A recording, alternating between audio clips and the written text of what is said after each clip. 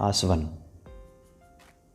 किसी मिश्रित द्रव के अवयवों को उनके वाष्पन सक्रियताओं के अंतर के आधार पर उन्हें अलग करने की विधि को आसवन कहते हैं।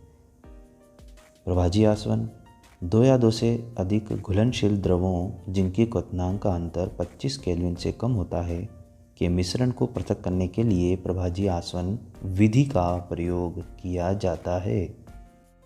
किंतु याद रहे, यह पृथक्करण की एक भौतिक विधि है, न कि रासायनिक परिवर्तन अथवा रासायनिक अभिक्रिया। तो आइए हम जल और एसीटोन के मिश्रण से एसीटोन को पृथक करना देखते हैं। चित्र के अनुसार हम उपकरणों को व्यवस्थित कर लेते हैं।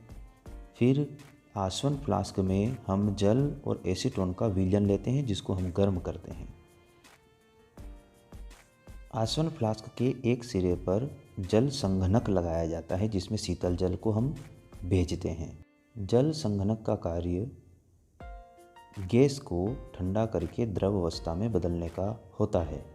आसवन फ्लास्क को जब हम गर्म करते हैं तो जल से पहले एसीटोन वाष्पित होकर जल संघनक वाली नली में पहुंच जाता है, जहां पर उसका तापमान कम हो जाता है, जिससे वो फिर से द्रव अवस्था में बदल जाता है। इस प्रकार हम एसीटोन को पृथक कर लेते हैं।